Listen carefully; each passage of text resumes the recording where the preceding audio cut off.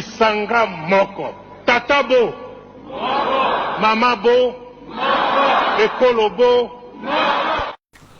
La situation à l'est du pays, en République démocratique du Congo, précisément à Goma, préoccupe les Congolais au Congo et de la diaspora. Mesdames et messieurs, ce soir, nous avons l'honneur de recevoir la diaspora de Londres, de la structure de réflexion dont ils sont venus avec cet esprit de colère pour manifester leur désarroi contre l'esprit de Corneille Nangaa, les terroristes, celui qui a décidé de travailler avec l'ennemi de la République démocratique du Congo, M. Paul Kagame. Mesdames et messieurs, bienvenue dans notre émission La Majorité Silencieuse. Nous sommes la voix de la majorité silencieuse. À ma gauche, nous avons Monsieur Maître Pinda, coordonnateur adjoint de la structure de réflexion de Congolais vivant en Angleterre, précisément à Londres. Monsieur Pinda, bonsoir. Bonsoir, Monsieur Blaise. Et de l'autre côté, le coordonnateur de la structure, Monsieur Léon Kamango. Monsieur Léon Kamango, bonsoir. Bonsoir, Blaise. Et à gauche du coordonnateur Léon, nous avons M. Junior Amissi, celui qui gère la stratégie de la structure. M. Amissi, bonsoir. Bonsoir, M. Blaise, bonsoir. Et pour terminer, M. Papi Eric Diambwana, c'est lui qui gère le porte-parole de la structure. Il est porte-parole de la structure. M. Papi Eric, bonsoir. Bonsoir, M. Blaise. Bandeko à Londres, basiliki, baboyi, balobiete, tokotika la simate, oizoleka na este ya mboka, etali biso mbala ya mbopo, komba e bandaka na Londres, kasi bandeko ya kombata, basi manifestaki, basi pronosaki il y a 2 jours. Alors, bandeko ya structure de réflexion, bazali, na kati ya makanisi, pona ko développer, kota la stratégie nini otokoi kosala, et poto telemela Monguna, de l'autre côté il y a Goma et puis na makanisi bali nango ya ko atteindre Bukavu. Bandeko na biso na kati ya Goma tozali kopesa bino mokako swa na makasi boza kosala po ete Monguna zonga sima yango topesi longoni ape mokako swa na ba oya biso ba wazalendo o bazo continuer toujours ko bunda yango to garder tenue na poko ya lelo pona ko lakisa bango symbole ya solidarité oyo tozali na yango. Monsieur Pinda na banda na yo par rapport ya situation oyo eza ko lekana awa na Londres et que émission ya sika oyo et bandi na Londres na gane ba impression na yo par rapport à l'émission et à majorité silencieuse. Bon, Monsieur Blaise, merci d'abord. Il y a quoi une émission na yo. Ezali moko ya ba émission où ils ont parlé politique. Tout ça les sous na ba émission politique té, tout ça na ba bateau bazo sala touche à tout par-ci par-là. À part jeune frère Nangai Popol Mukelenge, mais il y a ça la politique, il y a ça la musique, il y a ça la social, mais il y a ce pays qui a eu initiative, il y a ça une émission purement politique, et je suis fier dans la parmi invité Naolelo. Vraiment courage et puis félicitations. Monsieur Léon, par rapport, il y a même question sur même ordre d'idée. Quelle est l'impression par rapport à l'émission et à Bisso et à Diaspora et puis aux autres à Congo, la majorité silencieuse? Merci encore une fois. Nous avons une opportunité aux plateau. Et puis, nous avons salué et nous avons bonne année. C'est pour ça que nous avons Bisso. Voilà, donc l'émission est une initiative bien. Et nous sali surtout en Londres. Parce que ce que tu as bien dans la communauté, tu as 80-95%. bato mingi bamipesi mingi na kati ya distraction ozomona même baémission mingi ezoleka na batélévision eza plus social ou bien je ne sais pas quoi mais oyo etali vraiment politique eza mingi te mais lokola likanisi ozwi ya kosala yango eza eloko moko malamu donc toza nsima na yo bana nyonso à Londres tosupporte ndeko na biso émission na biso eke liboso parce que politique yango nde ezosala biso ozomona lelo na makambo toza nango na mboka kuna eza politique donc il faut tolobela yango mingi totya pena point sur yango po ete toyeba ndenge ya kotambola liboso en tout cas émission eza eloko moko malamu. Monsieur félicitations. Merci monsieur Léon. Vraiment initiative il y a émission au moins je les salue. Quand j'ai eu l'invitation, je ne pouvais pas rester indifférent, j'étais obligé de venir parce que tous en obligation, il y a qu'on informer la population d'Abisso, c'est pas toujours TikTok où il y a la fertilité et tout le reste. Oui, c'est vrai, des fois il faut se divertir, mais dans la situation de Tiambo Cannabiso, tous en a besoin d'une émission sérieuse qui parle des choses sérieuses. Politique comme ça, les gens savent exactement qu'est-ce qui se passe. Que non, il y a des Congolais quelque part qui ne sont pas d'accord, peut-être na ça ou de ça. Beaucoup vont dans la sur la mais c'est pas médiatisé. Depuis que la technologie à l'élo, la guerre est médiatique. Donc ceux qui besoin na tools, moko bien besoin na outils mon côté au beaucoup présenter nango idée na bino, c'est un peu difficile aussi de transmettre vos idéologies et puis vos stratégies. Donc émission ya boeza émission moko il faut toujours soutenir pour et permettre que l'information circule en paix quoi. Merci monsieur Amissi. Pour terminer, monsieur Papi Eric. Ngai na koloba liboso merci mingi l'opportunité oyamba biso et na ko rappeler les sous population congolaise ya kopesa bango bonne année. Malgré tous en passé, tous en problème na mboka, mais vous en courage, bonne année, année à la malamu, tu dis que le rôle to banda yango bien et kosuka bien. Pour l'émission, je vous encourage parce que émission politique est très important. Parce que dans la politique, nous devons révéler tout ce lendi sabande qu'on a vu sur le Congolais belé, na makambo baebi, na makambo baebi te, na batitude ni tokoza nango, na maini tokoko sala, ba valeur na biso, pe ba valeur ya mboka na biso. Les émissions moko vraiment nazoloué yango parce que photos ala na lisu, pe bafle, côté otokoloba, micro, pe bafle o ezake ou les médias qui sont des connus, sont basés en Biso et Tokabola Makanisi. Merci beaucoup. Merci, mesdames et messieurs, pour ceux-là qui ont l'envie ou bien ils ont un message à faire passer, n'hésitez pas de nous contacter. Vous pouvez voir nos coordonnées sont sur vos petits écrans et n'hésitez pas de nous contacter ou abonnez-vous sur la chaîne Moudiaï African Legacy TV. Et vous allez retrouver votre émission La Majorité Silencieuse. Et n'oubliez pas de vous abonner aussi sur la chaîne de notre partenaire de tous les temps, Congo Synthèse.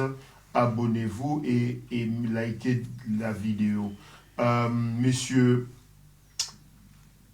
Pinda, Tolandi, Oyezole Kanana, na Goma, na Yebike, na Zwaki. Mbela na bino bolobi ete biso toali na message tolingi tolekisa na makambo ezoleka na Goma toza na esengo ata moko te tolandi Paul Kagame na bite soki régie kozala ensemble na biso avant to commenter par rapport ya thématique oyo tolandi ndeko Kagame na EAC et à Wangani ba responsabilité na ye to ko proposer yango bandeko d'abord avant to commenter et ce qui régie Zanabiso a proposé Biso élément. Merci. For the last 2 days, on Monday and today this morning, I spoke with the President of South Africa who sought me out to speak with me on this matter because of their involvement in Eastern Congo. And he's also there pretending to be playing a peacemaker role. And he has a force that has been fighting alongside FDLR and has been fighting the M23 on the instructions of Tshisekedi, because these are people who are not supposed to be in Congo, that these are from Rwanda, or the M23 are not Rwandans, please. These are Congolese, and one time he accepts it, then another time he says no, part of it is yes, and then the other part is from Rwanda, and these are the. He keeps on going. And how do we, leaders of our own countries, accept this to go on forever and just accept that we shall be manipulated by Tshisekedi or whoever is supporting him? And South Africa dares even issue threats about what is likely to happen after that, and so on and so forth.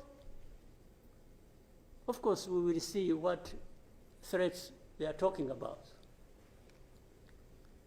Maybe they should have done that exactly for which they have been issuing threats. They should have done it to clean up the mess in Eastern Congo, or to fight back those who have been trying to clean up the mess.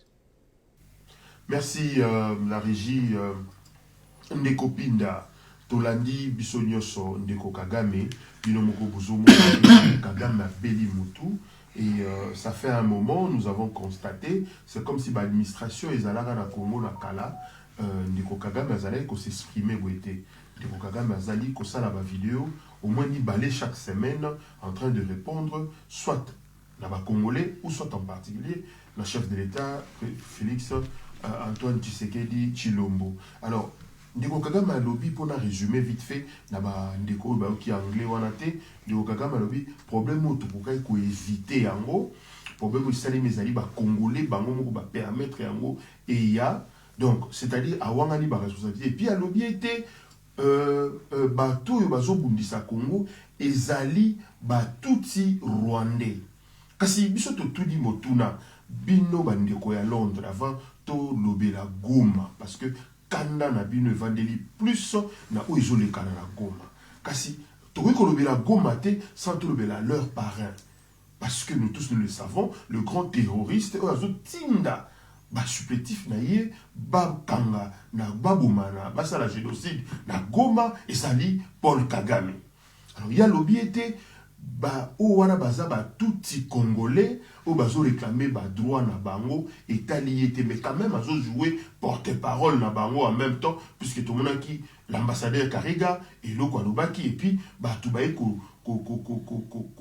ko bandeko bango moko ya bango ya Rwanda ba ko rejeter ba déclaration ya Salaki hier par rapport ya makambo izole kana na Goma. Alors ndeko Pinda na mina bandana yo et puis na ko continuer na ndeko Léon pour na yo est-ce que ezaya solo biso photo bandana nu ko solo na bato M23 ningi Kagame lobi.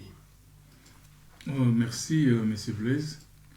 Soko moni mutu azali kolobate a komi bilobela c'est qu'il y a déjà aucun na suka. Il y a limite solo la na ndenga bengi bango bandeko na biso ba M23. Soko landi ba propos na ye pourquoi azalaka très sensible na ba Utu, Batuti, ou Utu, ou Kima, ou Bazari Panabiso. Pourquoi il y a ça de façon telle qu'à s'arranger na bango, basa na communication. À dialoguer na. À dialoguer na bango. Il y a aussi surtout dialoguer na ba M23. Ok. Azo sala yangote, yazana ni po apé sabiso leçon. Instruction. Po biso to solo na ba M23. Donc makambo telemeza pasi na kanda na zoaka mutwana au sérieuté. Ngailo na koloba pour le moment Kagame azokende ya na suka ba démarche oyo président Félix Antoine Tshisekedi asali eza ba démarche oyo bimisi na miso bato elaki si faiblesse na ye a utilisé Et diplomatie, ils ont simbaté, négociation, ils ont simbaté. Pourquoi? C'est parce qu'il y a besoin qu'à partir à terre pour Rwanda pour vivre. Mais tu belé c'est quoi parce que yebi machination yon soit sala, yebi le kutanaye, yebi qui Rwanda ils vivre au dépend il y a guerre où ils en a kati ya mboka na biso. Alinga continuer ko déstabiliser mboka na biso. Pour un profit à Rwanda. Mais à commis vraiment na souka, il y a mon ozo mon a commis bilobela. Ndiko Léon, merci Maître Pinda. Ndiko Léon, est-ce que ton président Félix Tshisekedi a Bengi Kagame a proposé un business et que ça l'a gagnant. Le lot pour Kagame a bima torpilla à Korwana a lobby été à renforcer M23 pour conquérir Mboka dans Ndenge Mboka Mabe. Pensez-vous que eloko yé associé à Nabiso to solo la ba M23 et sa continuité il y a eloko basalaka pour bayana musée babengana Mobutu na pouvoir? Merci Blaise pour la question. Merci. Et là on a relevé ça parce que au moins vidéo tout sur la nawana a lobby en anglais. Na nimite batu mingi ba ko comprendre ngo mais tant il y a le lobby azoloba na landi a lobby que I saw the crisis coming. De l'accès qui a mon avis crise déjà. La préméditation. D'ailleurs, on peut dénigrer. Merci. Mais comment yo, aux en amboka na yo, depuis son anglais tolbaga, aux mind business na yo te. Aux mona crise na mboka batu ezo ya. Donc idée na ezaki janini. Plan na yo, ba projet na yo déjà ezalaki nini par rapport ya wana ponga na mona déjà que crise ezo ya na mboka tel. Et puis, à l'objet clairement qui va dialoguer, mais on doit se poser des questions. Au niveau de dialoguer, on a besoin de les gens sens. Donc, dialoguer, nous, nini. Nous avons diplomatie et alliances entre États. Toko sola étant qui État na État ndenge ba sola ka. Mais yo ni au dialoguer na me tuer na sol na ngai. Il y a le but dialoguer na ba M23 parce que M23 eza kaka yete, eza yé pareil à M23. Tu vois, il faut nangongo to comme il faut tous à la claire, to bomba ka sousouté. Terroriste eza yé, c'est lui qui est derrière tout ça. Ozomona azo masquer ba général sala que non c'est le M23 to dialoguer, to aligner to dialoguer na yé. Ozomona mais l'autre c'est to dialoguer na mutu za na kati ya terre na biso. Non. Il y a moi ce qu'on a comprendre pourquoi stratégie au président Zoya qui a dit pas de dialogue. Même à Taboza banani ba mercenaire banani comment on dit ça encore bateau ya bokoti na mboka na biso pour voilà pour l'agression agresseur wana baye mais non ils sont des terroristes voilà des terroristes donc tokoki ko dialoguer na bino na modèle wana te il faut bozonga na mboka na bino bolongo la biloko na bino le chef de l'état il y a ça pour ça dialoguer na maître na bango ou azakakani exactly ozomona eza bongo mais ko dialoguer on siko condition que bolongo na no na mabele na biso merci parce qu'il y a des violations déjà il y a terre c'est pas normal ndeko amisi pour na yo est-ce que na yo ka na comprendre parce que nous sommes dans la stratégie la stratégie est belée depuis Tosololi Maïmatali structure avec des projets où vous avez élaboré par rapport à makambu ya révision ou changement ya constitution kasi na makambu Kagame ya lobby que biso to ko éviter situation zo salema na Goma pour na yo na boanya boyo ya stratégie chargée à stratégie. Est-ce que Paul Kagame a raison? Non, d'abord, il faut comment ça fait-il qu'un pays comme le Rwanda est arrivé à contrôler le Congo, peut déstabiliser le Congo alors, puisque tous en Angleterre, nous savons les combats qui se mènent ici, combattant Bazali, tu accompagner combat Oyo depuis pendant plus de 20 ans. Donc, il y a une déclaration à combattant lobby. Combat Nabiso Ezali, étranger, li sous-souté, Namboka. Mais comment est-ce que Kagame peut s'en donner ce luxe-là. Après, ça veut dire luxe, non, nous devons négocier, dialoguer. Pourquoi dialoguer avec un rebelle? Nous avons un président de la République. Nous avons un président Oyo Aza élu, Yabiso, Azalamabe, Azalamalamu. C'est notre problème à nous. On n'a pas à négocier avec la rébellion. On n'en a pas besoin. Pas la rébellion, les terroristes. Voilà, les terroristes même, même pas des rebelles, ce sont des terroristes. Et puis reconnus dans la structure, surtout il y a monde, na ONU, Union européenne, tout le monde reconnaît que Bazali supporté na Rwanda. Mais attention aussi, attention, il faut pas tout se voiler face à Rolobake. Non, Batouana Bazaka supporté par Rwanda. Non, il faut tout qu'il est direct. Rwanda, il est supporté par qui? Parce que Rwanda, pays à Moukenengwana, a une force mon côté, où il a déstabilisé le Congo. C'est que les Occidentaux sont derrière. Parce que Toko Bomba a sauté. Alors, il faut tout attaquer les Occidentaux directement. Laissez-nous avec notre président qui veut réorganiser notre pays. Tout ça. S'il ne fait pas bien, ce qui a travaillé malamouté, tout ça déjà na manzela o ezali ba voie démocratique na mboka. Les élections. Les élections. Tout à fait. Si le président Félix ne travaille pas bien dans les élections, viens, présentez-vous comme candidat et puis pesa ba projet na yo, pesa ba stratégie na yo, tu vas voter yo aux Ouabis et bon gars. Mais pourquoi venir avec des stratégies ya koboma batu, la guerre encore et kozalaka na eloko moko te oyo et kobima na nzela ya guerre. Nzela ya guerre, OK. En tout cas, voilà. merci ndeko amisi, ndeko papi Eric. Oui.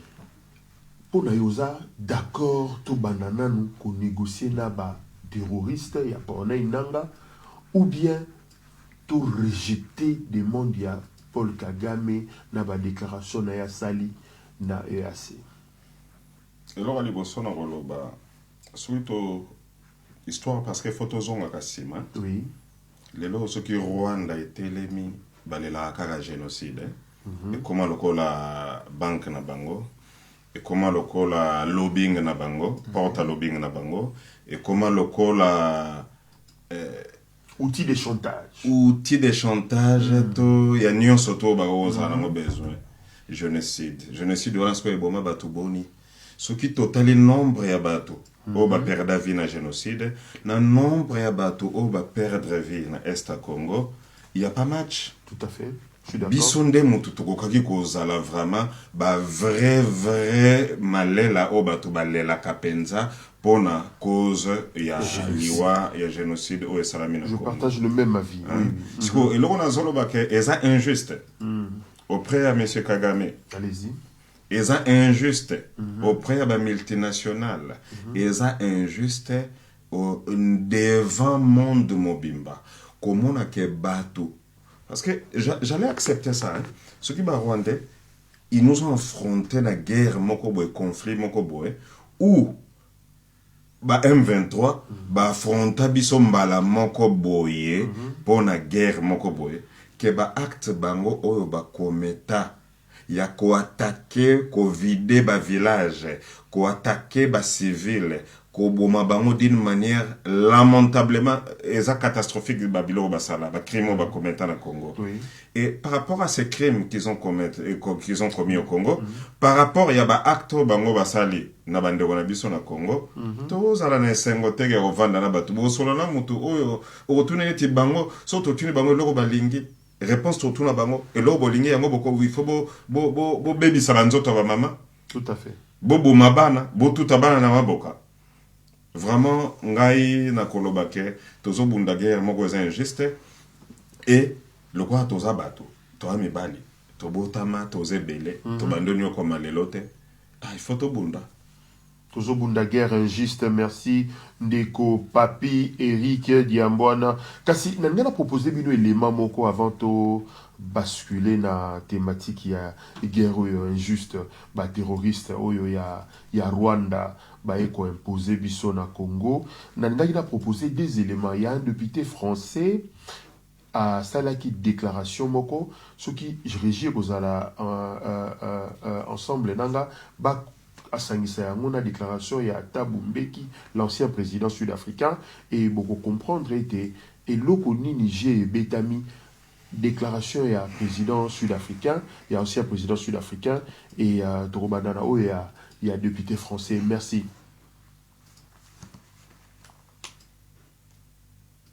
Ce que vous avez entendu, ce qui se passe à l'est du Congo, ça peut paraître loin, mais savez-vous que l'Europe y joue un rôle direct et mortifère? Alors commençons par le début. À l'est du Congo, au Kivu, la frontière avec le Rwanda, la guerre a causé environ 6 millions de morts. Certains estiment d'ailleurs que la moitié de ces morts seraient des enfants, imaginez-vous. Alors aujourd'hui, on parle surtout du groupe dit rebelle du M23 qui déstabilise la région. Et en fait, avec l'aide du Rwanda, ce groupe occupe aujourd'hui une partie du territoire congolais. Et le rôle du régime rwandais est fondamental. Les Nations Unies ont constaté que le Rwanda ne livre pas seulement des armes ou de l'argent, mais a même des soldats sur place. Le secrétaire général des Nations Unies, Antonio Guterres, a d'ailleurs appelé le régime rwandais de Kagame à cesser de soutenir le M23 et à se retirer du territoire de la République démocratique du Congo. Parce qu'il s'agit vraiment en fait d'une violation de la souveraineté du Congo et du droit international. Et que va chercher le régime rwandais en République démocratique du Congo? En fait, cette région est hyper riche en minerais, ressources naturelles, notamment le cobalt et le coltan. Ce sont des minerais essentiels pour les multinationales européennes qui servent entre autres pour les smartphones, les batteries, mais qui sont aussi utilisés dans l'industrie de la défense, dans la transition verte, l'aéronautique. Et donc le Kivu contient 60% des réserves mondiales de coltan à lui tout seul. Imaginez-vous l'importance stratégique de cette région. En d'autres mots, la guerre, les massacres, la déstabilisation à l'est du Congo arrangent bien ceux qui veulent voler les richesses naturelles, les matières premières du Congo. Et sans surprise, un groupe d'experts des Nations Unies a constaté qu'en 2023, le Rwanda a enregistré une hausse sans précédent de ses exportations de coltan, une augmentation de 50% par rapport à l'année précédente. Et chaque mois, par exemple, le M23 fait passer en contrebande 150 tonnes de coltan de la localité congolaise de Rubaya, occupée par eux, vers le Rwanda. C'est un pillage sans équivalent. C'est vraiment incroyable. Et certains qui regardent la carte me demandent, mais Marc, comment est-ce possible qu'un pays relativement petit comme le Rwanda est capable de déstabiliser de manière si durable le Congo, qui est beaucoup plus grand? Le Congo, c'est presque 2/3 de l'Europe, c'est 4 fois la France, 80 fois le territoire de la Belgique. Ben c'est qu'évidemment, ce n'est pas que le Rwanda, ce n'est pas qu'une question entre Congo et Rwanda, c'est que le Rwanda reçoit le soutien de l'Occident, des États-Unis, mais aussi de l'Europe.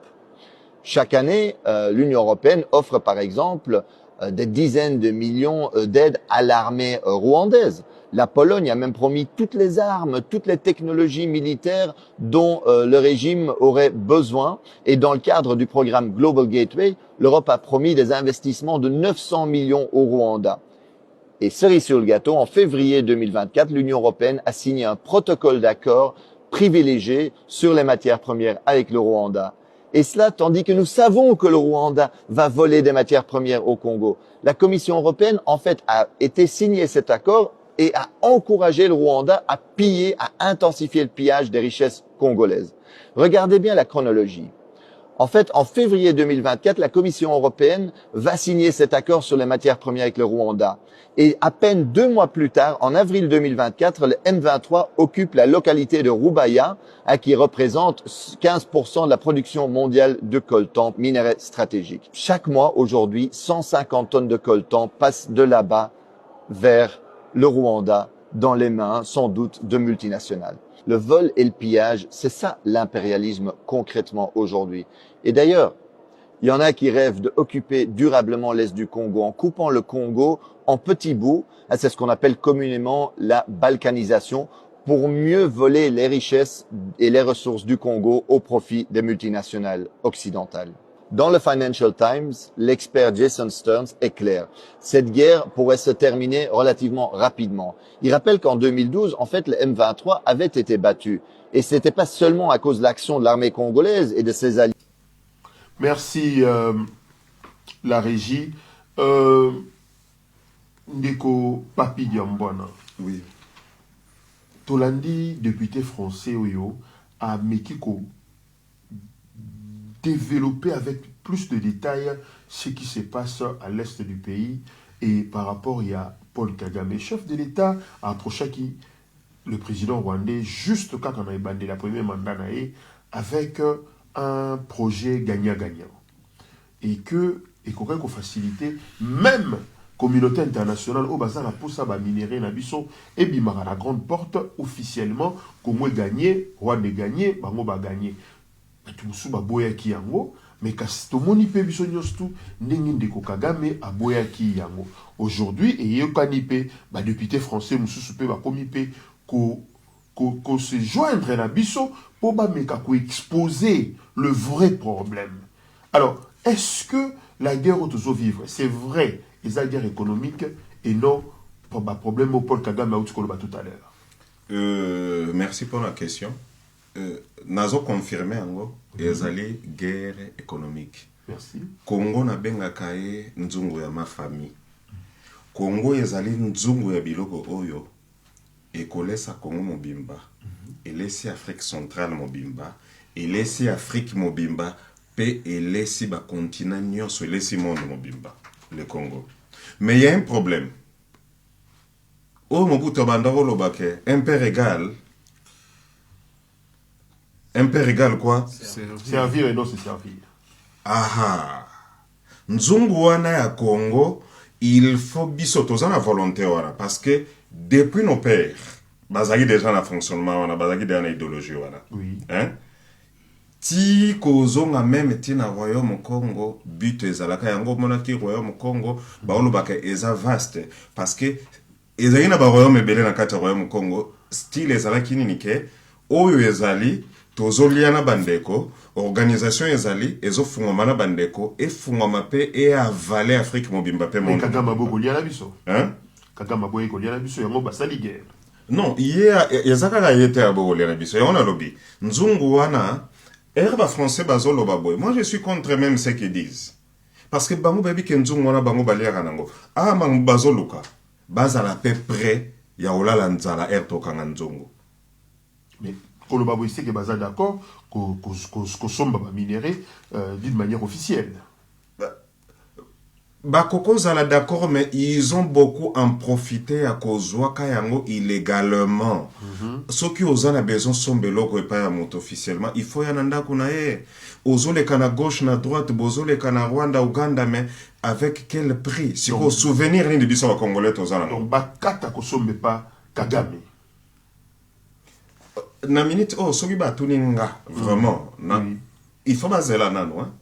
Parce que mon nzungu ngo biso no sotokolia nzungu ekomi na makila ekomi na mabanga na kati il faut no biso to sukola nzungu na biso to sukola nzungu na biso bile wana eza na kati et eza toujours pour le monde mobimba parce que eza lolenge nzambe asala na biso Congo lolenge nzambe ache biloko nyonso na Congo et biso moko toyebi yango on est conscient que ce monde, si ça doit développer, atteindre un niveau, moko boy oekokamwisa na ba vivant, na ba obakenda, hein, et zakaka, soki Congo, et vandi kimia, soki Congo, et kaboli biloi ya kolia, et mille sinano, parce que la charité bien ordonnée commence par soi-même. Bisoto lingi Congo, oyo ekole sabaninga, les Émirats, ils sont là, barab. Pétrole na bango bakenda ozongo na force te. Bakenda basombi barab bazomile sanano tomona bango baza plus riche que biso te biso pour souci na biso ezali ke ndenge bango bazo soutenir ka ba pays voisins oyo eza autour ya Congo pour ba déstabiliser biso pour ba boma biso pour ba humilier biso ba réduire biso et lo nga no pesa bango maloba bakanisa te un jour ba récupérer Congo wana bale yango bongo bayebaka tangu yango ya kobongisa po biso tolesa bango to nzungu wana to kanga mufenogo mukino de la lanzala pour yo est-ce que toloba guerre économique oyo ndenge ko papi Eric Diambwana est-ce que Paul Kagame azo se sentir a comme ko perdre par rapport à ndenge député français oyo auti koloba a exposé bango na communauté internationale. Non, ce qui s'est passé, c'est quoi? Donc, et ils étaient sûrs que tant que ça, ils vont peut-être inaperçu, et puis les Congolais, ils sont deep, ils vont réagir. Mais la réaction qui s'est passée au Congo, c'était le lundi. Hein? Oui. Il y a marche Salamaki, Tombi, ambassade, c'est que j'encourage. Pour moi, il fallait qu'il ait continué encore. Oui, va continuer. Parce que c'est ce qui a poussé na occidentaux comprendre. C'est pourquoi aujourd'hui nous pouvons voir Kagame comme il a sortie médiatique. Parce que les occidentaux, ils préfèrent que Moutouan Salava sale boulot, mais bango banate, mais ils n'aiment pas qu'il batou. Baya ko approcher bango pa. C'est que les Congolais ils ont fait baké ko lukaka Kagame té, mais baké ko faire voir les Européens, les Occidentaux, faire voir bango que toyé bi que bino boza derrière. Alors, soit vous dégagez de notre pays, boké ko vanda kuna na monsieur le Kagame sanguinaire. Oui. Comme ça nous on se débrouille autrement. Au lieu de faire semblant d'être amis avec nous, mais derrière notre dos, c'est ce qui a poussé maintenant. On peut voir que la population, la député, comme ils réagir parce qu'ils étaient touchés. C'est tout coup vendre karaté, tous la ange moroboa ou talo là à côté la biso. Non, on doit se défendre. Ezambo canabiso, mindelete mbaoya robunde la biso. Nous devons comprendre qu'il faut tout réagir. Moi, je recommande vraiment que Congolais na minute oyo nous devons mettre vraiment indifférence na biso différent tous s'aligner derrière intérêt ya mboka parce que batouana ils n'ont pas besoin de nous pour profiter de quelque chose na mboka na biso. Alors c'est pour cela je pense que action ya ndengwana il faut se multiplier pona to bimisa bango na kati ya corbeille na bango place batami wana baya kozwa poulain na bango. Oyo bazako utiliser arrête maintenant. On peut pas continuer parce que Congolais va comprendre ce qui est en train de se passer parce que ils pensent que toujours y batté. Donc toujours y que oyo salema bazali ko yiba bazali ko yango na makasi mais na pri ya ko boma ba Congolais voilà qui les otanga. Merci ndeko Amisi ndeko Léon. Pona yo est-ce que exposer et kawana to il faut sanctionner parce que ça c'est un député qui vient de parler donc est-ce que quoi accompagner yango na sanction à la place ya ko exposer kaka que bazali ko yiba minere ndeko Léon. Merci papa et là on le beza boy au moni niveau to komi eza politique mo ya niveau mususu parce que kolanda député wana zoloba. Moi, j'appelle ça l'hypocrisie. Tu vois, c'est hypocrisie. Parce que quand on a une sanction, au Congo, tu crées jamais charte. Il y a ONU, où il y a les violations, ou bien il y a la frontière, ou bien il y a le droit humain, tout ça là. Ce sont eux, le blanc, qui ont fait ça.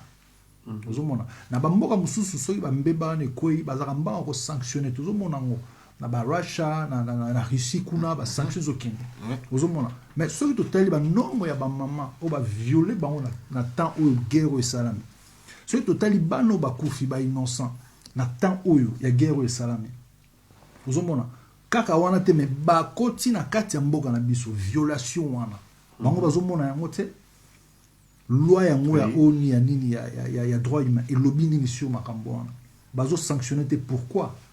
Tu vois, donc moi j'appelle ça l'hypocrisie. Baïbi game ni bazo beta, baïbi génie ni bazo sala, eza plan na bango basali bazo bingana na babima na miso batu ke non, eza bisoté, mais on connaît tout ça. Ozomona. Donc congolais aza susu mutarola la sopongi te to sto comprendre ba jena bango. Papa Mokonzi atamboli mboka nini ze. Akei ou apité. A dénoncer bango na niveau nilité. Ou même bango sur le terrain ba mondi ba mbeba esalami ba pesi ba rapport na bango mais sanction ezo ya te ponani. Oui. Pourquoi bazo sanctionner Rwanda te? Vous comprenez? Oui. Donc, et ça hypocrisie. Donc, Batouana Nyonso, ils ont plan na bango, ils ont projet na bango, au basala qui contre Mboka na biso ndenge ndeko lobby na nzungu. Donc, ba ko balia ngona ndenga ya yanko, basali et puis voilà. Donc quelqu'un a même d'autres idées, c'est-à-dire occidentaux, c'est-à-dire la communauté internationale, Bazali Bangono, Sima Paul Kagame, par rapport, il y a réflexion, il y a député, on a merci Ndeko Léon, Ndeko Pinda. Jusqu'à la même d'autres idées. Est-ce que c'est important quand tu as dénoncé ou bien il faut qu'on ait la sanction juste parce que c'est connu hein bazo yiba bazo boma pona ba minéré na biso est-ce que ezala ki malamuté ba yoki pe bazo senga sanction pe ba pesi komba sanction oui omoni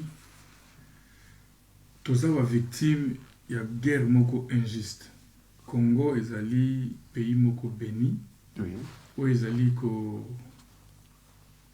o bato ebele baza convier soki totali pendant malamu Kagame azali kaka commissionnaire ya ba multinationaliste ndenge olobi makambo sanction wana po mona ke biloko to esalami ezali na complicité ya ba occidentaux tala déjà bayebaki makambo ekosalama babimisi ba expatrié na bango na mboka avant ba attaquer Goma. Et pourtant, ceux qui basent qui juste, balinga balobani ni to bimisa batu na biso te bomeka ko attaquer te. Donc baza ba complice. Mais là on a osenga et là on a linga koloba chaque fois ezali ke les lots Congo ekozala na moi faiblesse moko boye po bato yo basala manduki bato yo bayebi ko utiliser bato baza na sima ya pays wana ya moke ya Rwanda. Mais un jour Congo est reprendre force nango et aux moment où les Rwandais vont regretter. Natanga ki sika moko Congo est tellement riche qu'ils sont capables de faire vivre le monde mobimba pendant 15 ans. Et un journal américain. Donc, bato baliba profiter de la faiblesse autoza na yango oui pour ba ko dépouiller de tous nos biens. Yango pour ça l'émission mosusu. Pourquoi bazo sala yango? C'est parce que tozali na ba faible na kati mboka na biso. Oyo bazo mona musika te, bazo mona kaka lelo. Un jour so biso to s'organiser, to commissarier na miso ya ba occidentaux puisque bango mutu bazali ko mener na makambo ba technologie ya lelo. So ki to commissarier to koma capable ya osala ba lobbying wana, ole bato na bakina na ba mboka ya mikimi kilo kwa ba Rwanda. Baya ki pa na biso moko comme ça biso to sali ba deal na bango to sali ba lobbying na bango pour makambo nyonso esila. Oui, sanction il faut ezala. Ceux qui rachent ils ont sanctionner pour ezako attaquer Ukraine. Pourquoi pas ba ko sanctionner Congo puisque bango mo ba sali ba investigation ba sanctionner Rwanda. Ba sali ba investigation ba monique Rwanda azali na mabe Rwanda a plus de 6000 soldats naïe sur terre congolaise. Il faut sanctionner ça. Pourquoi Wakangamiso? C'est la raison pour laquelle nous avons encouragé les compatriotes nabiso nyonso, les combattants nyonso de partout, to continuer à faire la propagande oyo, to kusala chaque fois de façon que to mekako exposer Kagame na armée naïe. Et pour eux que bakoka koyoka soni bazo ba décision oyo ko tinda bango bazo ba décision au sala sanction voilà ba décision ko sala bazo la sanction tout à l'heure to uti ko zoa il y a un communiqué il y a ambassade il y a Grande-Bretagne à Kinshasa juste quand on a même ordre d'idée avant de passer la thématique à Mibale na kotanga communiqué en vite fait.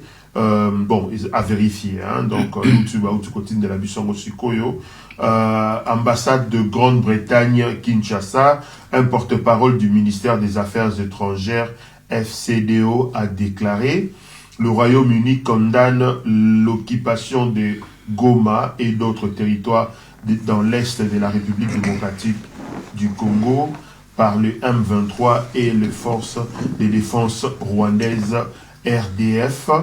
qu'il considère comme une violation inacceptable de la souveraineté de la RDC et de la Charte des Nations Unies, qui pose un risque fondamental à la stabilité régionale. Le Royaume-Uni appelle au retrait immédiat de tout le RDF du territoire congolais. Le 26 janvier, le ministre des Affaires étrangères britannique a dit au président Kagame qu'une attaque contre Goma provoquerait une forte réaction de la part de la communauté internationale. Le 29 janvier, Lord Collins, ministre britannique pour l'Afrique, a clairement fait comprendre au haut commissaire rwandais que les actions du Rwanda dans l'est de la RDC étaient inacceptables et a exprimé une profonde préoccupation face au rapport concernant l'avancée du M23 et des RDF dans le sud Kivu vers Bukavu.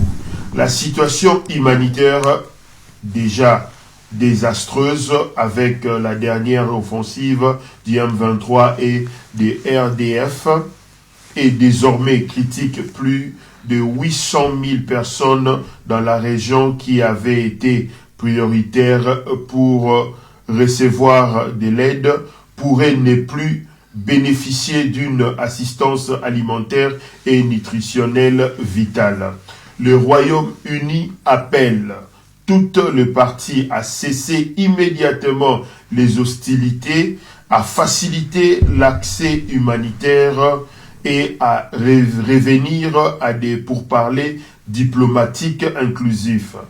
Leur engagement de bonne foi dans le processus dirigé par l'Afrique sera essentiel. Il ne peut y avoir des solutions militaires. Le Royaume-Uni envisage activement les prochaines étapes en collaboration avec des partenaires internationaux, y compris la possibilité d'une révision de tout le soutien du Royaume-Uni au Rwanda. Avant tokotana et lokobo senga qui vraiment tolobela au kati ya émission yo na opesa kaka une minute vu que le communiqué et utiko bimasiko yo na ambassade ya Grande-Bretagne ndeko pinda pour na yo ba impression na yo par rapport à la réaction, puisque hier on a condamné la Grande-Bretagne. D'ailleurs, nous félicitons les diplomates sur place et les autorités britanniques sur place ici à Londres, parce que hier nous avons condamné, et on l'a dit ici haut, que la Grande-Bretagne tue au Congo à travers le Rwanda. Bango s'est désolidarisé à travers ce communiqué, s'est désolidarisé na Rwanda. Nikopinda, une minute, juste réaction. Voilà, ce qui est très allé original et puis au pana bango. Oui. Parce que quand même moi effort de vivre dans beaucoup depuis Kala. Tu yebi politique il y a anglais. Oui. Je m'excuse na ba kibaza ba hypocrite. Donc les alliés makambo oyo ba okolo parce que pression au tikoto yo, il faut pas agir côté moi mona kibaza pour agir. Si tant que yango salama ndebiso de comprendre que oui passer de se solidariser, mais pour le moment nga personnellement nazo croire na ngana bangoté je crois na bangoté oui puisque bango bazali parmi batu oyo bacha moi maboko pena makasi pas et pas ya ba rwandais oui donc tout le monde a ba action tout le monde a ba les traiter tout le monde a ba sanction ba sanction mo salama. Comme ça, ton dimanche. Cordon. Merci, papa. Oui. Là, on a besoin que Rwanda, ils ont fait partie de la Commonwealth. Donc, l'anglais sur l'Italie, dans l'histoire de Bango, même dans le système de Bango politique, social, façon de Bango, ça va tout dans la carte à salité. Dans la carte à potopoto. Pression où est salamé dans le monde. Surtout biso na ba congolais partout ndenge to bouger yango peut-être et pousser bango basala ba déclaration basali ceux qui ba déclaration ils a genuine n'importe en anglais so ils a vraiment ya solo qu'ils a bango ne basali ozomona ils a la façon ya relaxer que non voilà tout chez moi pression na Rwanda à Longwa mais ceux qui ont que le mot sincère tu n'as tout comme la place va comme il est loté M23 na Rwanda mais comme place va comité à partir à babandaki ba bacha bango pression stop vous violé vous sabo stop hier à Rotosa baza membre baza ba tumoko Commonwealth donc bah quand vous la carte ba quota ou ba ça la déclaration ba sa déclaration donc déjà il y a 2 ans à Boudagana voilà depuis kala ba ngala stopper magambo soki baza na volonté au salam tout à fait vous omona mais ba pesi temps et comme tina héros c'est que ba tali ba to ba kufi ba tali ba crise humanitaire salami na région wana donc babi on doit faire quelque chose vous omona mais ce hôtel yango bien c'est encore l'hypocrisie donc je ne crois pas donc vous croire on ne pas ici une minute juste réaction par rapport à notre non en fait dena lobaki liboso c'est les actions que les Congolais ils ont commis où il y a quoi attaquer peut-être bien à bango ambassade na bango et se faire bouger bango et ils pensent toujours que tant ça la déclaration boye ba lettre ça va calmer les Congolais ça où ils a le quoi bazo sopa mai na ba réaction na biso ndenge moto epeli ba sopara mai et calmer biso tala ba mindeli ba réagir ba mindeli ba komi koloba OK mais non ils vont rien faire to yebi ke bato o bazana sima ya Kagame et ça bango et ça bango bazana sima ya Kagame donc soki balingi vraiment guerre wana ici là comme les députés français a dit ils peuvent stopper bango bazo supporter je crois 20 millions quelque chose comme ça chaque mois ou bapé sarana armée à Rwanda voilà pourquoi ne pas arrêter ça pourquoi ne pas parce que yo mis 20 millions mais nalandaki David Lamy as ministre abibatina 32 millions chaque année à Rwanda. Bon, voilà ceux qui déjà Angleterre a zopé 132, France a zopé 20, tout ça. Donc, ça supporter financièrement. Malgré sur le terrain, voilà. Et puis voilà, vous continuez à ça. Il n'y a pas de sanctions. Ils ne sont pas sanctionnés. Merci. Ndeko Diabona, une minute. Est-ce que vous posez ça pessimiste que Lokoyo et ça, Eza pose la pessimiste était je peux retourner dans l'histoire. Allez-y. Une minute. Et le peuple de c'est qui? C'est les oncles des Anglais. Belge, non, bisoté à Banglais, et à bisoté. Selon l'histoire anglaise, biso Vandia. Hein? Banani babimi saki kebazo, le pôle d'Azo Katabato Maboko. C'est des Anglais. Après avoir envoyé leurs oncles là, nous couper. Parce que, pourquoi nous avons bango? Pour yabo mabanani batongango bango. Pour matadi, bango na ba allemand. Na vie, il faut pas tous arabes hypocrites et il doit pas prendre les Congolais comme des petits enfants. Nos frères les Anglais, bakoko zoabi sauté le roi Bana Moro il y a 2 ans. Et bamon bazaki sauvé, ambassade na bango touché hein. Mais ils nous prennent pour des enfants, les Anglais. Je suis vraiment très désolé de le dire. Donc, bakena na Berlin, Coca-Cola, ma Berlin, na biso dossier ou ta en Oxford. Ici, notre dossier, le dossier de notre pays, ni Belgique, ni aux États-Unis, ni en la France, ni dossier en Mboka na biso et Vandaka en Allemagne. C'est eux qui ont notre dossier parce que leur frère qui nous avait envoyé là, soi-disant belge, c'est un Allemand. Van Bismarck, Léopold II, son titre royal. Et ça, blague. Jouer toujours comme ça, c'est bien. Après l'élection, on va guerre qu'on s'est intensifié. Tout le monde a qui tour y a autorité anglaise na Kigali. Boris Azagi na Kigali, Blair Azagi na Kigali, na Mwasi ya Mokonzi o ya biso Azagi na Kigali. Ils font des tours devant nous. Nous avons interpellé na autorité na biso na zongi sous na mamba sanction. Sanctions à aller de Morotin. Burkina Faso peut ça sanctionner. Mali peut sanctionner. Guinée et peut sanction au bango peut si boy. Banani baolela. Burkina Faso bazolela na sanction là. Mali bazolela. Comment peut ça sanction? Question na tourner. Bateau bazab toza ba réaliser toi bateau. Tozo ça que tozo vivre to comme ba sous homme ya bande na biso ba humain.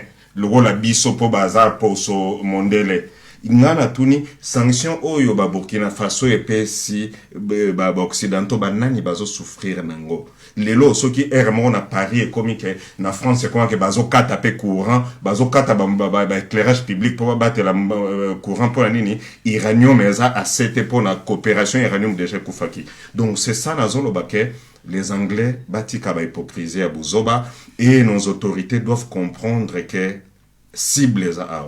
Merci.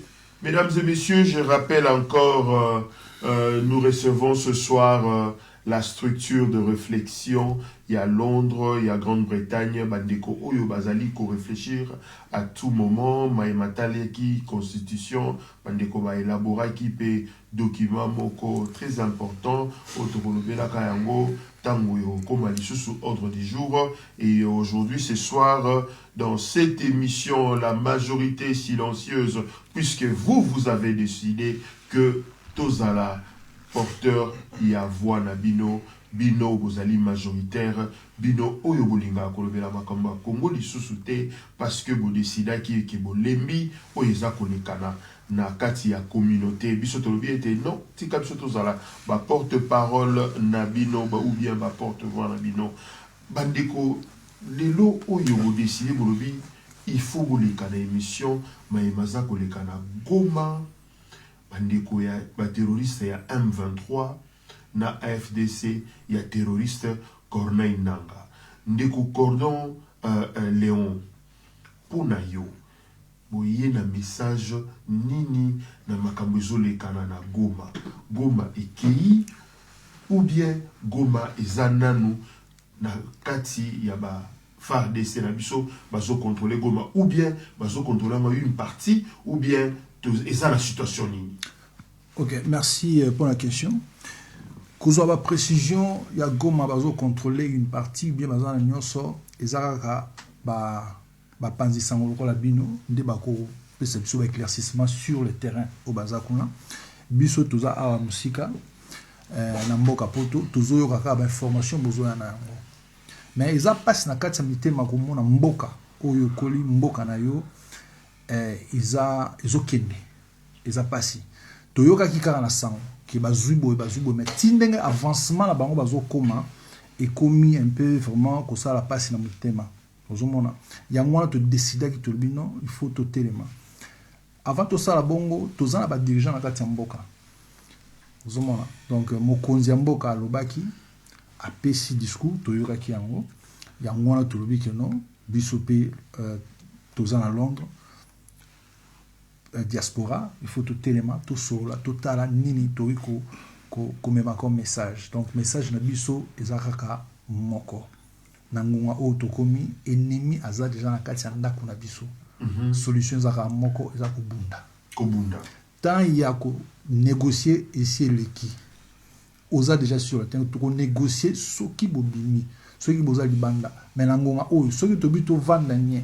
To bundati bango ba osala nini ba ko avancer lisusu donc il faut to telema to bunda donc message au tozo pesa na ba congolais nyonso partout dans le monde na diaspora et si que nous sommes benga nous a congolais sala eloko moko pona o supporter en passant na pesa na coup de chapeau na ba vaillance dans la biso bazo bunda na ba wazolongo musala bazo sala ezomona na bazo tenir makasi ozomona en tout cas bravo na bino tozasima na bino donc message tozo pesa ke ozalaka tiktoker oza osalaka eloko nyonso osalaka c'est le moment mboka ezokende eza blagité ozomona eza sérieux parce que bato wana soki bazo vanda wana côté bazo eza côté mo stratégique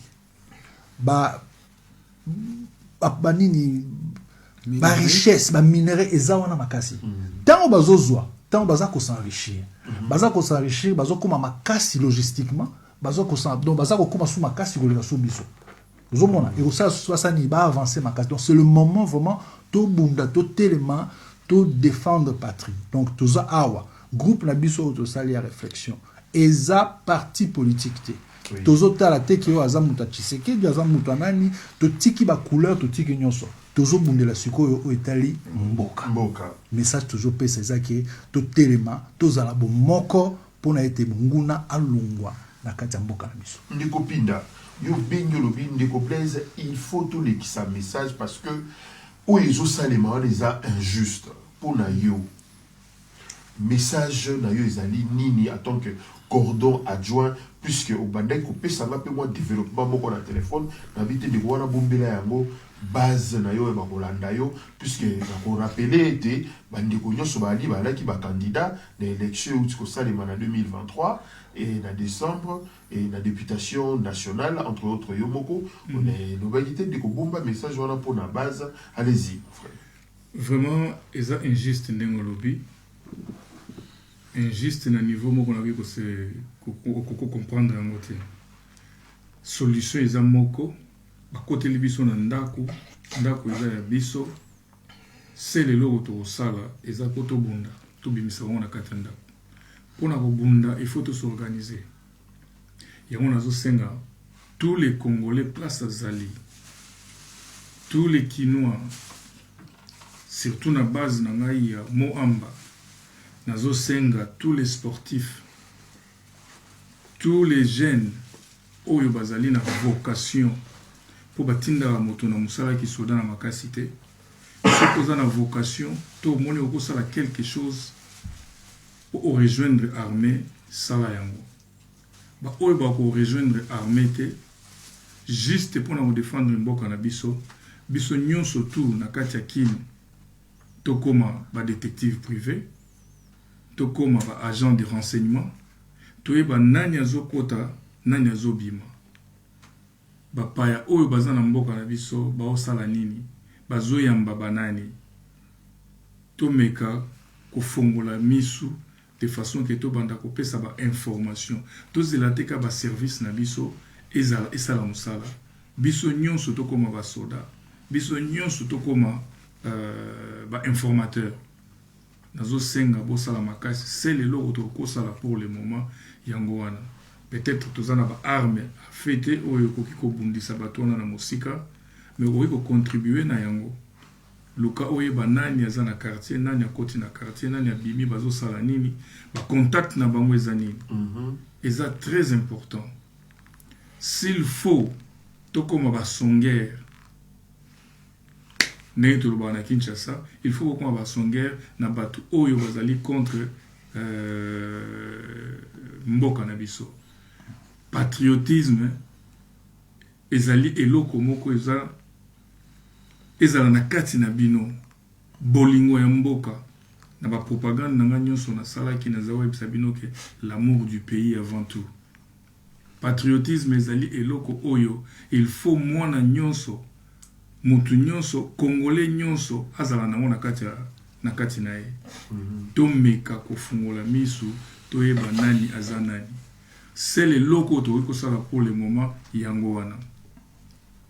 Auto d'après ça exemple lelo makambo esali esalami bato baboyi koloba bazoloba te nazala fanatique ya mutute mais so natali makambo mbemba sali na mbandaka eza makambo ya obetele maboko mais tozana ba parti ya minene na kati ya Congo o ba mibengaka poids politique ba wela ba kota poids politique wana tant ya kobima ya ko sensibiliser mboka yango oyo ezosala mate mais pona ko sala ba quota pona ko sala ba poste puisque nazana 4 députés na 5 députés il faut tous un ministère oyo azana vitesse au sala yango moment yango oyo bino nyonso tout posa capable ba leader oyo ya poids politique c'est le moment où bima bo sensibiliser bato mona Congo nyonso atelema. Alors, nous avons encouragé Bino na ba action bozo sala. Nous avons encouragé Bino nous avons partisans non violence. Mais pour le moment, bosala obo ko sala na condamné Bino. On a battu la école. On a battu la école, bosala obo ko sala naza de cœur na Bino et puis nous avons supporté l'action. Vigilance tous azimuts bande konangai zala agent et à renseignement pour na ekolo et kenge felom mutoza pembeni na otala mutakoti quartier sikanani na Kinshasa na 98 na 98 vers ba août to yebela ina nenga Kinshasa mwana kini fongola misu mwana matadi fongola misu banoko wana bakotaka partir Angola bakoti pe bu babimi na matadi bavandi bakree pe mesa aoteka manga yoka tsamamba aoteka manga te na sana na chombo aopase info vigilance na Mbujimai vigilance na Mbandaka noko maele ekolo ekende te. Alors yango tozosenga na mwana nyonso tu ya Congo afongola misu oyo esalemi na Goma tozoluka moyen nyonso tu tolandaki tata mokonzi ya ekolo lobi na pokwa asa signalé déjà masolo moko ezokende bien oyo esengake basikola mboka po toyeba ndenge nini tokorécupere mbala fo tokende yango tina frontière ndeko papi ya mwana juste na même ordre d'idée gomekei to gomekete koloba eke to ekete nyonso tu tozotala na bainformation oyebi mpe ke mindele mpe bamama na songisongi ya makasi bango balingaka likambo te eza moke surtout soki eza na avantage na bango il faut bacuba naza vraiment de cœur na bandeko baza na Goma nga na oloba boye ke peuple congolais toza na basouvenir oyo bapapa bakenda batikela biso kasi avubwa banda koloba que il faut privilégier d'abord les premiers occupants, donc les autochtones. Bakondi pe bafunga matoi bayoka po o eza maloba o batikela biso. Mobutu azoloba bien que tata bo maman bo ekolo bo moko. Mais Moussa azoloba que ne jamais trahir le Congo. Biso toza bana Congo. Nga nazopesa message siko na bandeko na nga ba Congo. Bandeko na ba Congo na za mwana bino nga za mfumo nzinga Fumolaza ntenga futila mwana nanga mwana kimbenza mwana nsamune vunda pour vous comprendre code ndenge ezalaka bo fungola misu parce que totikaki ba espace trop gombe matadi nazoba makambo biso lingaka ba étranger mingi tokoli na bande ko ba Rwandais ba Burundais pour boyebi Congo ezalaki place moko ba université donc l'Afrique étudiée au Congo. Mais ba ane o ya suka tomoni comportement moko o eza déplacé. Soki na moinde ko nga ekolo mususu na Congo o azotanga tonini mais na tenir FARDC vraiment je suis désolé. Na tenir commandant FARDC je suis désolé naza témoin. Je parle na Gombe Matadi tozaki na ba étranger wana. Il savait pas que moi je parle anglais. Non solana ba soda mususu FARDC na teni azani érythréen azolo banenga nga peto solana biso pe na anglais bien si ne pe que nga azane congolais.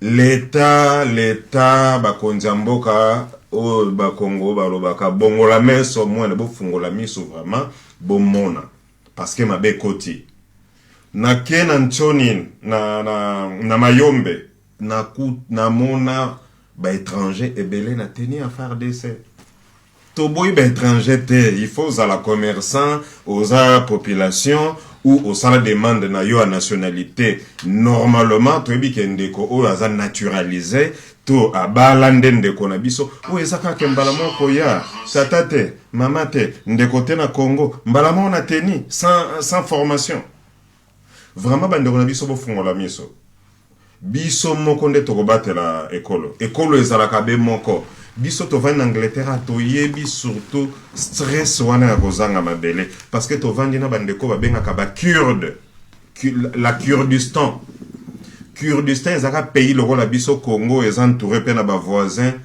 kaka makambo biso tozomona ba voisins bakoma clair te lelo ba Kurde bazaka suna mabele te bakabola mabele na bango lokola ezaki riche na pétrole ba pays voisins nyonso bakabola mabele bakota bango na bamboka na bango biso tozana besoin mabele na biso tata nzama apesa biso mabele apesa biso monoko apesa biso drapeau apesa biso lolenge tozali donc vigilance kaka na biso ba population te na bino bakondi vigilance bakondi armée bakondi oyo baza côté administration côté politique côté renseignement vigilance faut ezala peto za la bomoko poto battre colonel de quoi misi M23 baye na Goma babomi ba civil pour toujours le belaka ba soldat bazo boma ba civil surtout bazo désister contre bango yo muta stratégie na kati ya lingomba makanisi mayo la présence il y a M23 na kati ya Goma où il y a une partie à Goma et abonnés. Bon, tozo benga bango M23 ezali pour na embellir. Ce sont des Rwandais. Il faut tout le baka clair. Ce sont les Rwandais qui sont rentrés chez nous et puis bah se faire colorer ou bah se colorer wana et puis baza ko sala bah atrocité. Et donc liboso avant kutuna bosana, il faut pas que les chefs de l'État et le gouvernement ba bosana que ces officiers de la FARDC ou ba abandonna qui ba troupe na bango ba kimiwana, ils doivent être arrêtés ba répondre na ba action na bango. Est-ce qu'ils étaient ba yeba ki makambo ezali koya comment bango ba se retrouver bango nyo surtout ba kende et puis ba tika ba troupe ba exposer population. Alors ce sont des gens où ils doivent être arrêtés, questionner tout yeba au juste pourquoi ils ont fait ça parce que nengen de ko papier outi koloba infiltration ezana mboka na biso na niveau moko exagéré. Alors tokoki ko continuer na infiltration wana te, c'est pourquoi eza ko simbate bato wana bazozwa ba moyen ya ko sala makambu tant que ils sont dans nos institutions. C'est pourquoi je salue stratégie à président de la République ou à lobby toko négocier l'issue na bangote. Parce que tout ce que EIV, bon négocier, allez, négociation sous kanango zanini, biso peto kota na katiawa, biso to contrôler awa, brassage, mixage, et puis donc, et kubanda kozalaka bongo na bongo na bongo na bongo toko s'en sortir. Te pona to s'en sortir, il faut kubanda kolongola ba traître na kati ya système ya mboka na biso. C'est ce qui est le plus important. Kolongola ba traître wana na mboka, bazala na contrôle ya mboka na biso te poto koka ko avancer parce que so oza déjà na traître na kati ya système nyoso yozo koloba eza kokoya mbala moko na mato ya monguna bazo koyeba déjà. C'est ça ce que nous devons faire, écarter les traîtres. Écarter les traîtres, mais nazana motuna moko na ngaki na tuna par rapport il y a ce que le chef de l'État a dit hier. Puisque tu veux répéter au chef à l'Obakité, tu veux juste accompagner. Mais Nazana et Loko Moko ils ont dérangé. Est-ce que vous ne voyez pas, Maître Pinda, chef de l'État pour signer ordonnance Moko, Kobandaka Kanane Oyo, moi, je suis un diplôme d'État, a passé 9 mois de formation militaire. Il y a tant que maître sportif aussi, puisque nous avons rappelé que nous allons parmi bateaux créer la discipline. Dans l'Italie, Masano et Nzoto, Masano et Sport. Est-ce que les idées à Malamouté pour encourager le chef de l'État pour beaucoup de il y a 120 millions d'habitants? Est-ce que dans mon énorme il y a plus de 2000 km? Est-ce que tu as ça la tête que tous dans 10 ans tout formé réservistes et belés armés jusqu'au Banarabamon à âge de 18 ans? Moko ya ba projet pour ngana salaki nango. Oui. Ils allaient former des jeunes. Et là, on a le propagande. C'est très important parce que ce système, avant qu'il y ait l'université, au Salata, une année à formation militaire. Comme ça, nous sommes tous la formation militaire, mais tous travailler en tant que réservistes. Dans Mboka Oyo, les belés sont réservistes. Même les cadets, ils ont qu'il faut 18 ans. Par contre, créer les cadets, déjà dans 12 ans. Ce format Bango, 12 ans déjà aux cadets. Mais ils sont formés en tant que militaires. Ils ont une façon que soldats, mais ils ont une formation militaire, discipline militaire. Jusqu'à ce que ils 18 ans, ils ont une armée, armée. Il y a un vétéran, à 25 ans. Pour Banda, déjà, il a 12 ans en tant que cadet, à 18 ans, a commis ce vrai militaire, dispatch Bango, 25 ans, 27 ans, 30 ans, a commis réserviste et peut continuer la vie professionnelle. Et c'est très important. Et là, on a écouté dans la constitution. C'est l'une des raisons où on a une modification. Il y a constitution, il y a moment ils ont la constitution, constitution lelo mais c'est très important tous à la biso nyonso ba réserviste tous na 9 pays limitrophes au baza convier pays na biso seule façon ya ko défendre yango ezali kozala na ba soda ebele na campagne na lobaki yango na chaque frontière ya mboka na biso ba créer ba base militaire eza bien pour na ko diter moto ayebi déjà que moya côté ezate base militaire wana ezala kawana pour défendre mboka na soki basali yango na sala tout un projet on a kotisa mais ti lelo balobela yango te mais na olemba pete na continuer koloba yango et voilà il faut vraiment idée à bien biso tout aux la réserviste tous aux formation militaire avant de quitter l'université. Ndeko Léon, est-ce que ordonnance moko présidentielle et kokika te kobima faut que tous la changer constitution que le chef de l'État a ça l'a été déjà à partir il y a 18 ans ba jeune ba la formation militaire. Merci pour la question.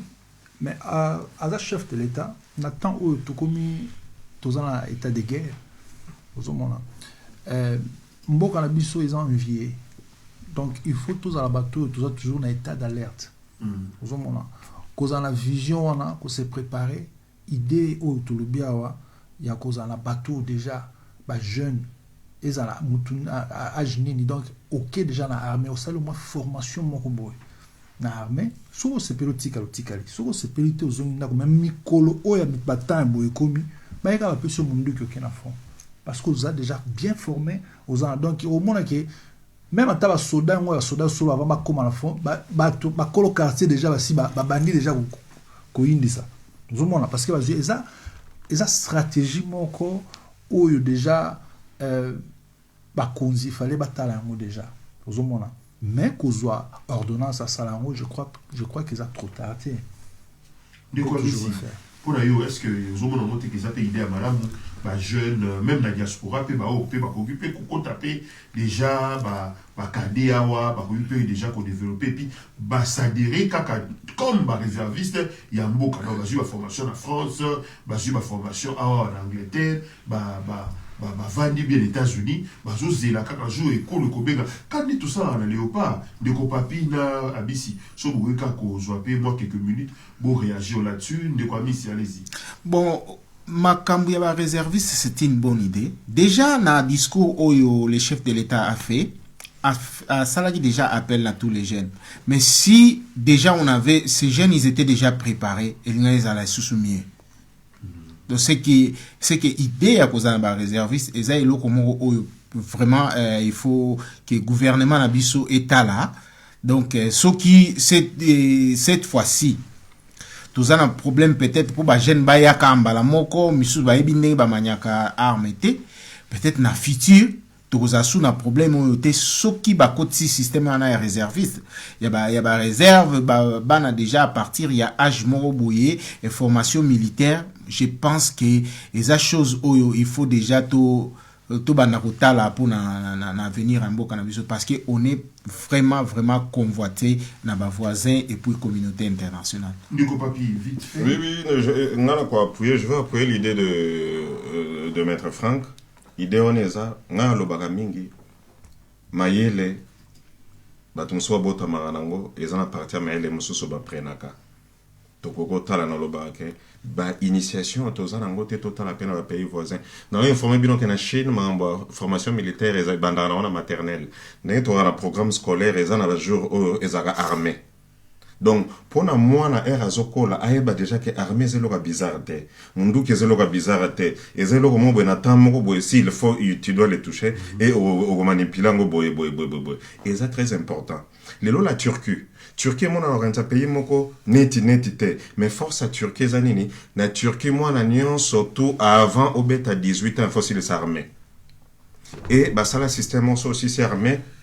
Bazo va pesa bango $15,000 na tête moko et ça ko encourager bana bi que so na tangi avant na zo bac nanga so na beti armée nanga 3 ans na ko pour armée ba sango na classe na âge wana bango kuna so comme na 18 ans ba pesi $15,000 wana yango biso vanda to mona ba kiba turc $15,000 wana peso aider bango peso motiver bana les loso ba biguerre on na Turquie ba to simba bango vraiment militaire parce que la majorité c'est des militaires c'est des réservistes donc on doit il faut tokota na makambo wana pe toyeba eloko ka bakonzi na biso na yesa bango ke na monde mobimba soki musala soda police eza tango o mutakoma kimia pour garantir au sacrifier bon moto bon moina yo pona mboka mais au garantir moi sina bana na yo anytime partout eloko yozwelo bango bana problème de survie parce que pona ngabu na basoda bo sambela te po déjà après ta serment ba Jésus ba prêta pona kufa pona baninga mususu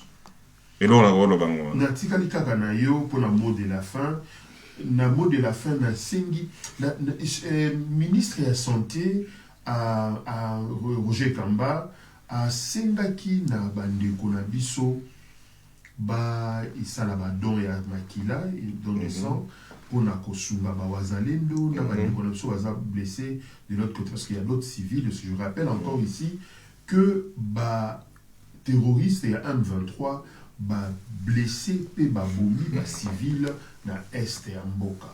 Donc, ils ont génocide ya monene. Alors, bah blessé, on a tous en a besoin de sunga bango. Alors, vite fait, dans le mot de la fin, bilo nous tous vous avez ma candidat en 2023. Donc, que ça la base naïe.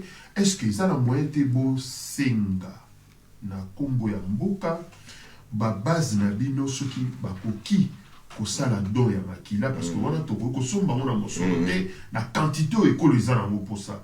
Est-ce que na vite fait mot de la fin na bino ce que ko mentionner dans la base na bino pour na lisungi wana et puis message par rapport à adresse à chef de l'État hier soir ou yo pour ko komisa moi en un mot par rapport il y a à travers ma base na bino. Alors na pesio maloba et puis de quoi mission pour compléter à couper ça mot de la fin na et puis message de la base. Merci. Bon nga lilubanga suka pona émission lelo ezali nazoyebisa bandeko na ngai ba congolais to tenir bon nayebi bien que to souffrir mingi to nyokwa mingi to kufi mingi makambo ebandi lelo te e banda ba père na biso ba Kasavubu parce que Kasavubu natanga ba papier na il parlait de la guerre de l'Est mais to tenir bon pona to si le sango mbala moko ba o bazoki ba o bazuma sasi bandeko na biso to hésiter te pona kokende kotika moi katikati ya litre ya makila ba oyo baza ba o parce que c'est pas donné à tout le monde de donner du sang ba oyo bazana ba makila ya bien ba positif ba makila malamu o bazana ngo pebele ba kende kotika pa bandeko e nazo senga na base na ngai Mbanzangungu Congo central boyo kama o l'état zoloba bo oyo bokoki kosunga na leta bo sunga ba o baza makasi o ndenge maître Franck Aloba ke azo sentir que lendo ezali ngango ezali bo kende komi komama na armée po bozo formation moko accélérée po bo bundela mabele o bakoko batikeli biso e mona ngana koloba na bakonzi ya mboka président de la république bakonzi ya mboka président ya sénat président ya assemblée nationale o eza sacrifice o tokosala pays mobimba so on a lobby biso nyonso to contribuer bato musu baloba musu bazana ngote mais to sala sacrifice moko pona mboka mobimba soki bakokata bakodiminuer ba salaire ya ba fonctionnaire ya l'état o bazwaka mingi pona kozwa mbongo wana ko soutenir armée na biso to ko soutenir pona munition to sala yango pona to Kangola peto songamboka na biso Congo, que vive le Congo. Michel ici. Comme mot de la fin, tout ce que moi je peux dire, Ezali, Bana Congo, Nyonso, diaspora, ce n'est pas le moment ya ko talana ba intérêt personnel. Donc, eloko Nyonso yo salaka, activité Nyonso salaka, alignez-vous derrière les pays. Totalana nous intérêt yamboka. Totalana nous intérêt pour soki neti mboka wana ezate eloko biso to bundela lisusu ekozala te nzokomona alors tozala na sima ya bakonzi ya biso pour bango mutu baza wana pour le moment alors na demande basali ya makila en tout cas que tout le monde ba base na biso ya funa makala ngiringiri bumbu bandal bakauka partout mutu nyonso tout bo répondre pour tous na besoin ya makila wana pona ba soldat na biso pe bandeko na biso oyo baza kozoka kuna bakozala na besoin na yango. En tout cas soki tolakisi solidarité wana ekozala malamu mingi pona mboka na biso. Et nous croyons aussi que gouvernement na biso na action oyo ezosalama to na épisode oyo ya mboka na biso il y aura un peu de changement na ndenge tozosalela makambo na biso. Gouvernement botika pe ko bercer nanu ba occidentaux, prenez aussi des actions. To mona ipe bande comme suna ba Burkina Faso bazwa ki pe décision, c'est-à-dire biso pe to koki pe ko décider que non bato yo bokosi biso pe mingi, alors s'il faut couper des relations, si faisait quelque chose quand même oyo ba occidentaux parce que to bango baza derrière les Rwanda o ba ko sentir pe que non vous les attaquez directement au lieu toujours d'essayer chaque fois diplomatie ezape ko simbate. Donc to kene na bango ndengo bango balingeli to kenele. C'est ça comme mot de la fin. Merci ndeko amisi ndeko Kamango base zolanda yo bazoyo kayo un mot de la fin pour nous. Tozana mboka ka moko tozana mboka mibale misatu te mboko tozana ngozaka ya mwana Congo soki baboto yango esili tokomi baumbu tokomi esclave nangonga oyo soko linga présidente y a pas de problème mais na temps oyo tozala bomoko soko la muta parti soki songolo pakala na temps oyo totala parti te tozotala mboka tozotala Congo ezokende bandeko na ngai mboka ezokende soki to vandika abo tozotala na mboka ezokende to telema to bunda pona mboka yango nde totikali na yango.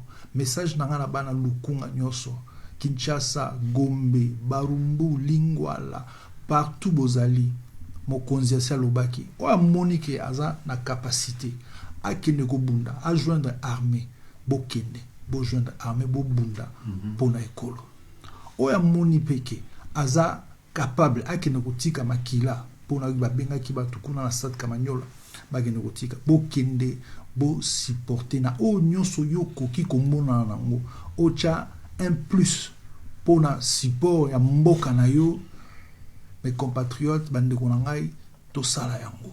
Donc je vous encourage. Merci. Merci mon frère Kamango.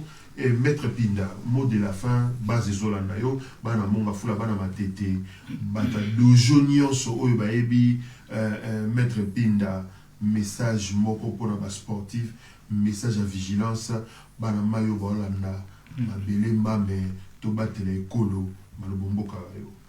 Vraiment message eza moko. C'est le loko oyo ko sauver mboka na biso lelo, eza autodétermination. Tosangana tozala na bomoko pana mo amba vraiment bino boyebi ndenge tosanganaka donc limité donc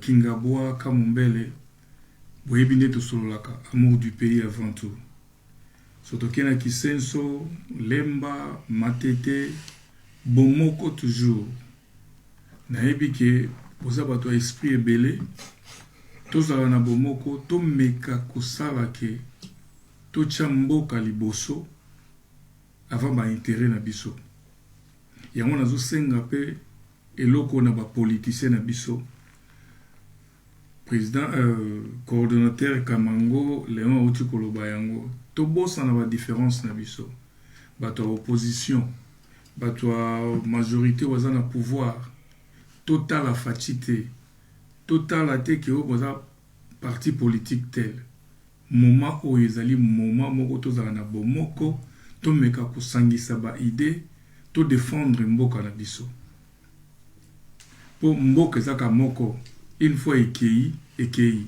bobo sana teke na mokili mobimba mokili oyo ezana mboka oyo souffrir lokola Congo te banda colonisation avant colonisation tokosala émission mosusu pour comprendre combien Congo est souffrir toko lingate tozonga na makambo wana tozana ba courageux ba vaillant soldats bato baza capable ya ko exceller na makambo nyonso ngana za la confiance na bino boza na confiance na bino moko vraiment tosimba na loboko pona ko défendre mboka na biso.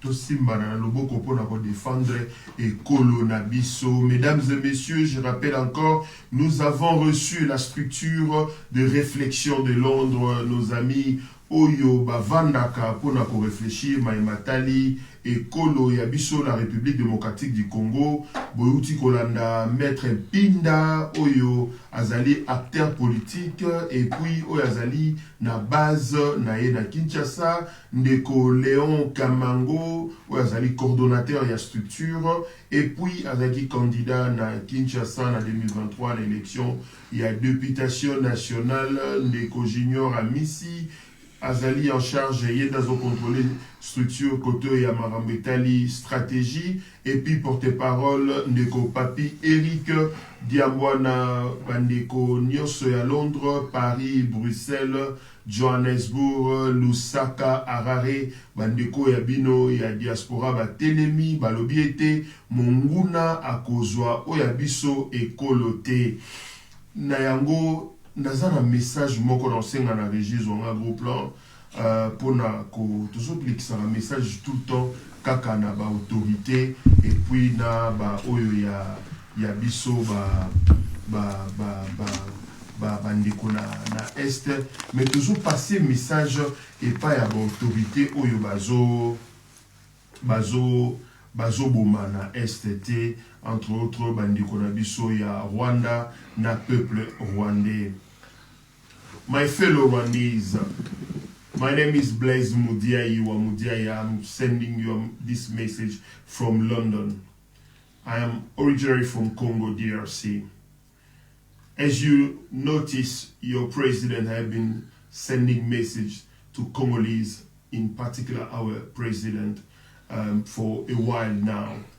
And all those mediatic attacks, we have been watching close those attacks.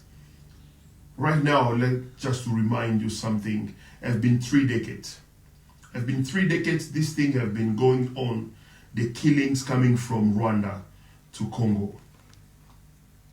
I would like just to remind you something, only because of one individual, one person, who will lead the generations into a civil war. In 3 decades, Rwanda have been killing in Congo. Rwanda have been orchestrating with many rebel groups to invade Congo and kill in the east part of our country. 30 years ago, I was not adult. 30 years ago, I was not even 18. I have an 18-year-old daughter. My eldest, she's 18, meaning I grew up with this pain. I'm not the only one. I represent 3 generations. Those ones, they have been seeing death in east of our country. My message to you, there is a possibility, you as a fellow Africans, to call President Kagame in order. There's a possibility. In Burkina Faso, people in Burkina Faso, they did it. They walk on the street. In Gabon, they walk on the street. I believe you can stop Paul Kagame into this crisis. Otherwise, our children will fight you. We might look weak today. Our children won't be weak because they have been raised into this anger, defending our land. 20 years from now, it will be 5 decades. Because since 1994, this thing started. Now it's 31 years now. After 19 years, it's going to be 5 generations. Do you think Paul Kagame is still going to be there? Mobutu was there, a big supporter of international community. But today, Mobutu is no longer there. Mobutu was replaced by Paul Kagame. Those people, they have been playing African people. We cannot accept to be colonized by another African brother. Mr. Paul Kagame, there's a possibility to fix this problem. I watch your videos, and this video is there in our interview. Your message was not clear, but you've been lying. You swayed our president last time. I'll call you a big liar. Because Felix Tshisekedi tried to come with a peace negotiation with you. It came with a business deal which both countries could benefit from that deal. But I remember you withdraw the deal because you want to have a big share. There's nobody share here. All we are asking, you need to ask your forces to withdraw. There's a possibility we can walk out of this crisis in peace.